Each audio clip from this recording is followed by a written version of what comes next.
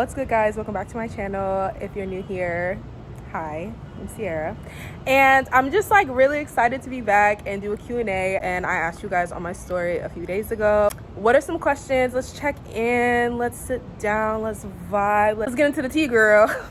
Recently I dropped a video called Thinking Out Loud episode 1, which thank you, Wendy, for doing it, which is kind of like an interview. I think that it was a very much like cinematic podcast, even though it's not a podcast because I have no podcasts on any like Spotify, DSP, Apple Music. It was a part of my rollout for my book that I did with my interactive playbook. So yeah, there's a lot of stuff going on. It's hot as shit where I'm at in Atlanta. As you can see, this is literally my scarf. This is not even a top. I feel like this might be a lot of you guys' first time like having a sit down, because also in my last sit down video, it wasn't even like a Q&A, and it wasn't really like a proper intro to me as a person. I think it was more so like an intro to like my philosophy of entertech, which is entertainment and technology coming together. Think of this as like we're on a date, okay, and you're getting to know me, I'm gonna get to know you, because I'm gonna ask you guys some questions too, because I like interaction, I like engagement, I don't like lecturing. So think of it like we're a date. So I'm Sierra. I'm 24 years old, about to be 25 in a few months. I'm a Virgo. Shout out to the Virgos: Beyonce, Michael Jackson, Keke Palmer, Zendaya, Warren Buffett, Kobe, like the list just goes on. We're just incredible. So shout out to Virgos. We're just elite. I live in Atlanta right now currently, but I'm not from Atlanta. It's so difficult when people ask me where I'm from, and I always like to flip it, and I'm like, but where do you think I'm from? One, because it's a cute little tease. It helps me stall a little bit. I was born in New York. Here, not to get in my life story, because we're gonna get into this at some point probably in the biopic, but I was born in New York. Then me and my mom, we moved to Charlotte, North Carolina when I was in middle school. It was actually elementary school, if I'm not mistaken.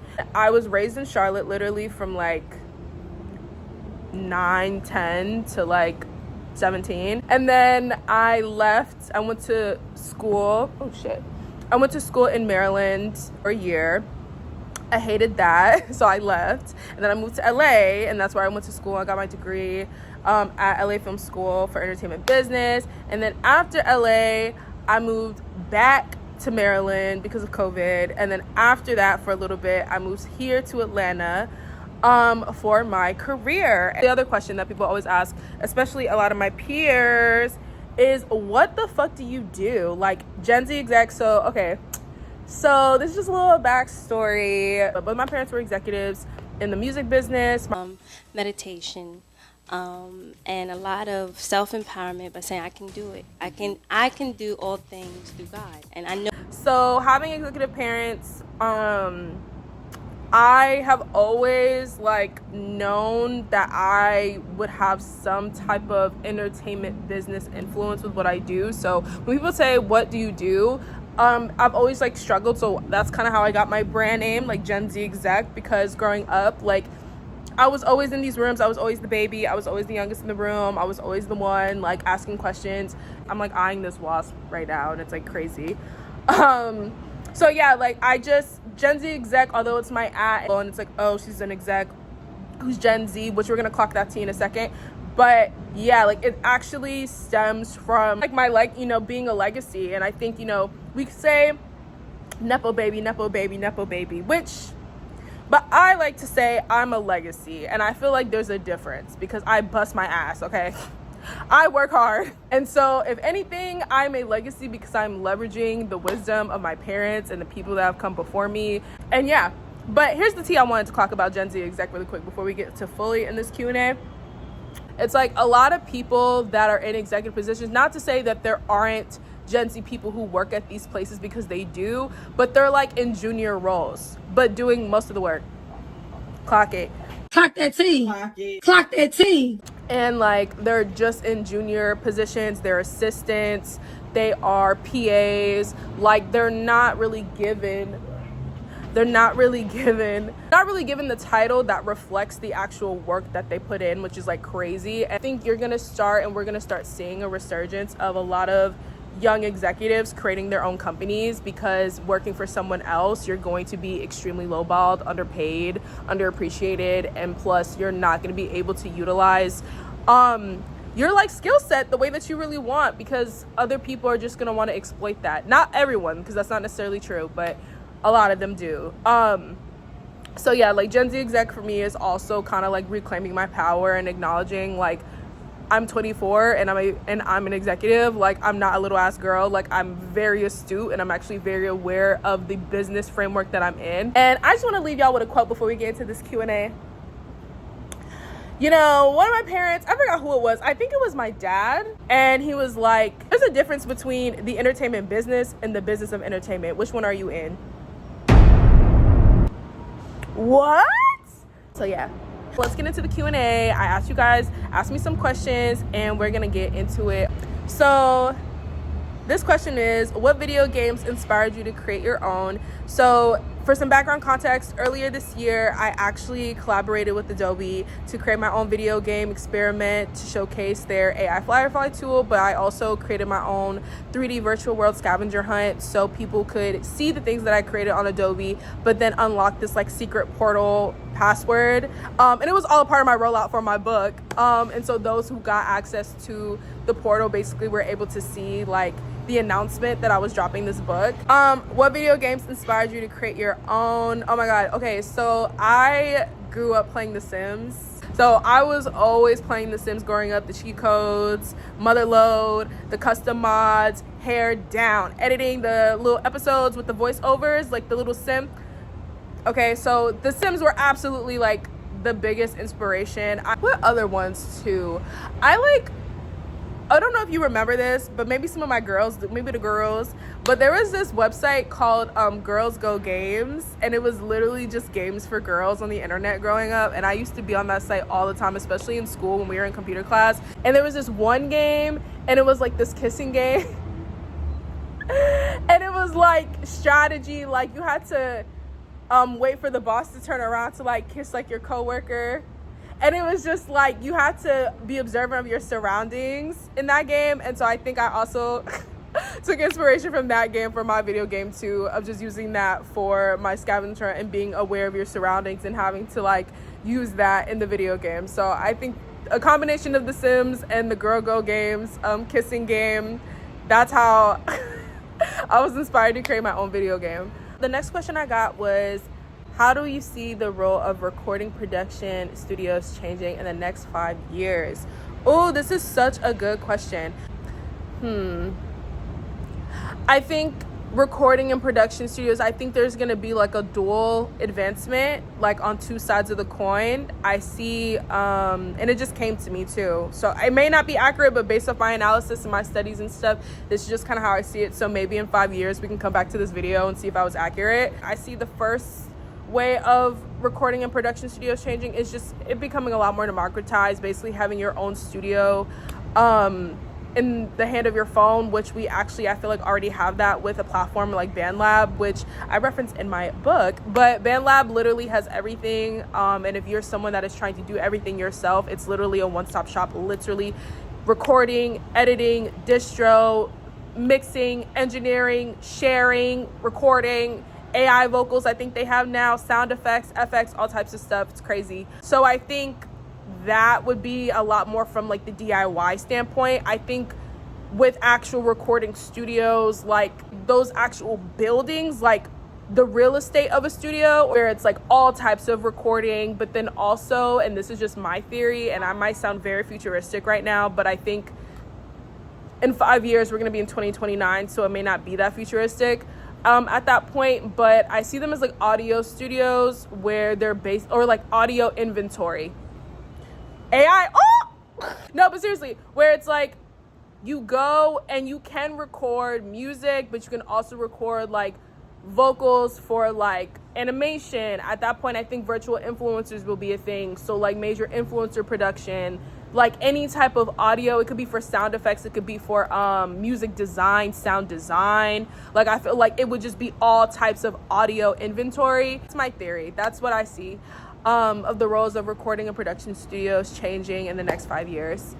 Okay, the next question is, can you talk about how AI can affect horoscopes and astrology? Yes. So like I am an astro girl through and through. Like I actually really am. Like I utilize transits, financial astrology, mundane astrology, personal astrology. I'm not too well versed in Vedic yet, and that's like my own accountability. I'm still learning and stuff, but I'm starting to really get a better grasp on houses and synastry aspects, and also transits and just like active. But nevertheless, now this is my take on AI and astrology and horoscopes, because I'm going to focus more so on astrology. I'm not really too much into horoscopes, and they're kind of like cousins that people think are twins, but they're like two completely different things. Like, you know, like astrology is the actual science, the scientific study and cycle. Like it's a science. So I think using AI in astrology is actually very helpful, because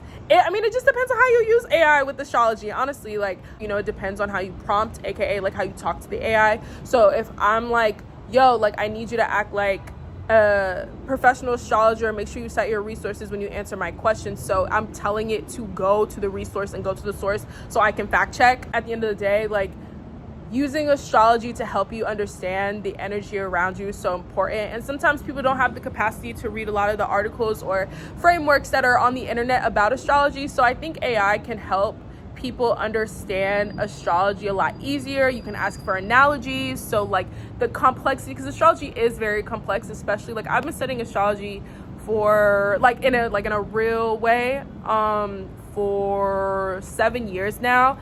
And there's still so much about astrology that I'm just now learning about, and I'm still just finding. So I think just using AI to help people take such a complex and the complexity and the multi-layers of astrology to help them understand it so they can use it to their advantage and help them navigate life, I think is really cool. I also would say too, like, don't just solely be dependent on AI with astrology either, because astrology is like an ancient science. It is very sacred, especially to me and a lot of cultures around the world. And so I wouldn't be solely dependent on AI either. I would still consult astrologers and still support those who practice and those that really have done years of knowledge. I would just like to say, have a good balance between the two, and you should be straight and you should be fine. Who would you say is your biggest inspiration? My mom. No, but seriously, she definitely is. But I feel like my mom, because she's just such a baddie, and like she's so smart, she's so intelligent, and I just think that I'm just so blessed to come from her. You know, I think like to be around someone with a mind like that, but may have not received the credit for a lot of the things that she has created, a lot of the things in terms of culture, Black culture, pop culture that she's done and has been responsible for, and things that she's done that have had ripple effects and she hasn't received like the popular credit for. I'm so proud to uplift her legacy, honestly, and you know, make sure that the work that she's done doesn't go in vain. And I'm so excited because she's coming to Atlanta next week, so we're definitely gonna have to do a video, and I just love her. Yeah. My mom. You mentioned IP in one of your tweets. What's IP? Ooh, love this question. So IP is intellectual property, but that's just a fancy word for like your ideas and things created with the mind, like literally. But I want to ask y'all something. Did you know that if you take the proper steps to protect your ideas, it could be anything, literally, technically it's an asset, and you can use that legally as an asset, similar to how we look at land and property as an asset? Did you know that? I didn't. Until I talked to someone who went to law school for IP, and they were doing IP valuations, which, did you know you could get that too? You can literally have an attorney look at all of your ideas, literally get an audit on your ideas so you can figure out how to monetize and flip your ideas. That is IP. IP is creative rights. And we talk about knowing our rights, and it's like creators, artists, just people with creativity. Like, even when you begin lit and you have that fire idea and you're like, nah, like that will be hard, protect it. It's an asset. It's an asset. And I feel like now, especially with AI, like IP is going to become a human IP. Like human IP is going to become so much more important for us to pay attention to. And I'm starting to get into a passionate tangent. So we're going to calm it down. We're going to bring it down, and we're going to save that for another video. So next question. So the next question is actually a theme of a bunch of questions. And I'm going to put all these little questions right here, which is, you single? Will you go on a date with me? And how does it feel to be leading such a cool initiative while also being fine as fuck? So thank you so much. I do appreciate it. I love everybody, you know. I love humanity, agape love, you know what I'm saying? God's love. I feel like I'm just kind of chilling, and I'm in like discovery mode. You know what I mean? Like, it's kind of just like, I'm not seeking anything, but I'm not resisting anything either. Like, I'm kind of like, if something presents itself to me and, you know, wants to cater to me and wants to please me, like, I'm not gonna say no. But then it's like, if it doesn't fit, then it's like, okay, cool. Like, yeah. That's the best way I can answer the single question. Will I go on a date with you? I will say this, because men do like hit on me, and I feel like I should just say this now, so all of you that have even had that thought, you should just know this off rip. I like to be impressed, and I'm not easily impressed. It requires a lot of wit, a lot of mental capacity, and a lot of intention to impress me. Not like surface level. Like, you can tell when someone is a true intellect, and I love that shit. And I have to learn from someone that I'm dating in some capacity, just like I know that they're gonna learn from me in some capacity. And so I feel like that is how I'm gonna answer that question. And on the third question is, how does it feel to be leading such a cool initiative, which I believe you're referring to entertech probably, while also being fine as fuck. How does it feel to be leading such a cool initiative while being fine as fuck? Well, you know, being a bad bitch is a job, you know what I mean? And it is something that really does actually come with a lot, because as someone who has been kind of like positioned to be an executive since I was very young, I've always been told, like, it's how you carry yourself, like your reputation, like, you know, like you are representing not just yourself, you're representing your family. And I also know, being a woman, being a young woman, like, I'm not skinny. You know, I do have a little body tea. We gonna drop some pics so y'all see. So I feel like I've dealt with internal struggles of like feeling guilty for being a bad bitch. I'm not gonna lie, because it's like, I don't want people to not take me serious or think that I'm like some groupie bitch. I'm here to cultivate value that's mutually beneficial. We can get some bread, and we can collaborate, and we can scale, and we can have a good time. But I'm not here for none of that bullshit. You know, when you're a baddie, you know, sometimes people get confused. I definitely have struggled with that, because it's like, a lot of times I felt like I had to be extremely modest and solely focus on my brain, my intellect, in order to be taken serious. But I think now, like, I'm starting to lighten up a little bit, and I'm starting to realize, like, it's not that serious. Like, I can be bad. I can have a beautiful body, a beautiful mind, a beautiful face, and like literally be as intelligent and be a leader and be taken serious and like be respected and valued in business. And I think like that is the middle ground and the balance that I've been learning recently. Like, I can be a baddie, and I can also be on 10 in business, and that's okay. And, you know, when God sends my man, which I have a nickname for him, his name is DP, and it stands for Divine Partner. So when DP comes, you know, and it's time, they will understand how to handle me. What's wrong with entertainment? I feel like a lot of my critiques on the entertainment industry come off like I'm solely only focused on the negative, when in reality, I love entertainment. I love storytelling. I love media. I think it's such a beautiful art form. I think it's a beautiful craft, and I think there's a science to it, and it's very sacred, and it's very ancient. And it's like, I love entertainment, so I don't want to solely focus on what's wrong with it, but I will say I think the ways in which the business model of entertainment has been functioning, it's not sustainable. I mean, if you took the business model of entertainment and you apply that in any other business, especially when you look at business frameworks, like it makes zero, like it genuinely makes zero sense. But now, you know, things are changing, and I think that is why entertech has become such a big thing for me to focus on, because entertech is not really about what's wrong with entertainment. I think it's how can we just industrially adjust into a more sustainable way. Entertech. Okay, we have any advice I think you meant for any advice for those of us that are trying to get their silly, goofy idea off the ground also. One, I would say definitely leverage the resources that you have. I feel like a lot of times it's very easy for us to have amazing idea that we're trying to get off the ground, but it's easy to get unmotivated and like, you know, just be like, damn, like I don't have this, I don't have that, and to look at what we don't have in order to stop us from not doing what we actually want to do. But I would just encourage you guys to like think about like the resources that you do have, and think about your favorite person that you look up to, whether you're an artist, creator, whatever.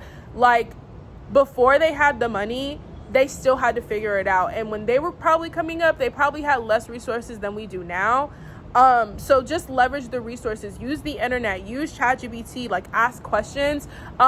This is a shameless plug, but this is one of the reasons why I created my interactive guidebook, like because it literally highlights the resources on the internet that creators can use, especially now, to create things. You can create your own network, you can create your own video game, you can create your own clothing line, you can literally do whatever you want now because there's platforms for it. And if there isn't a platform for it yet, you have the resources to kind of help you figure out, like AI and a chatbot to kind of talk to and kind of figure out your ideas with. Money isn't the only resource that we need to have something of importance, because there's a lot of people out here with money and yet they're still unresourceful. No one asked me this question, but I'm gonna ask myself this question because I feel like it's important for me to answer it, not just for you guys, but also for myself, because I wanted to start off and kind of get back into this thing on YouTube and really take it serious this time around. Not like I didn't before, but I've been trying to do a YouTube channel, honestly, for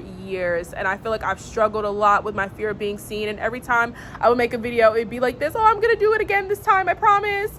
But then like, I just wouldn't be consistent. And I think the problem with that, now that I can look back and reflect, it's just like, I genuinely would set really intense expectations on myself, like crazily expectations on myself, and then when I wouldn't meet them, then I would be like, see, you're fucking incapable. And it's like, no, like you just need to take it a step back. And I think I would always try to start out without being clear of like what I wanted. I just knew that I wanted to share things with people, but I didn't really know in what capacity. And I'm just being a little more intentional with YouTube and wanting to figure out what that is. So we're going to be figuring it out together over these next few videos.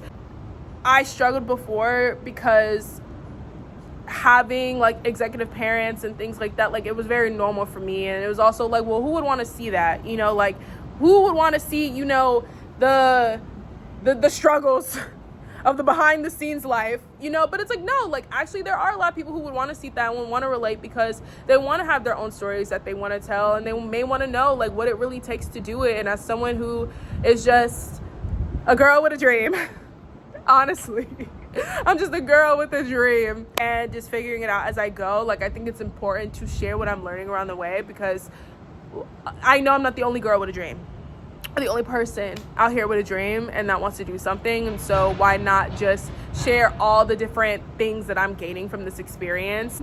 And I don't know, like I definitely want to get into like things that I've learned also from like my past experiences, whether it's like things I learned from film school, or things I learned working at a record label, or things I learned from working at a music tech company, or things that I learned being a business owner and trying to create a startup at 30 days. Like I've just lived a multitude of different lives in my life.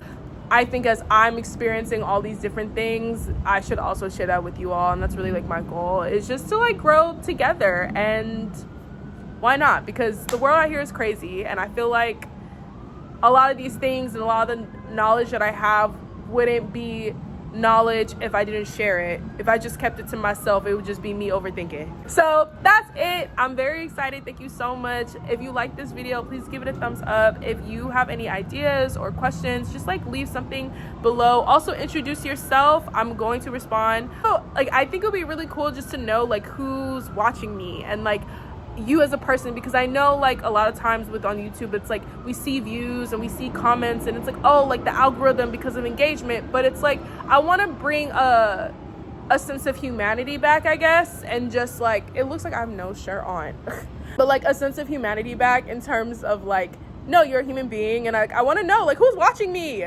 Don't just lurk. Well, I'm very excited. Thank you so much for watching this video. If you liked it, watch my other videos. Make sure you subscribe, share this with somebody who you think my channel would be useful for, who would find interest. And in the meantime, I hope you have a great weekend, rest of your day. Please stay warm if it's cold when you're watching this, or cool if it's hot when you're watching this. And I will see you very, very soon. Bye.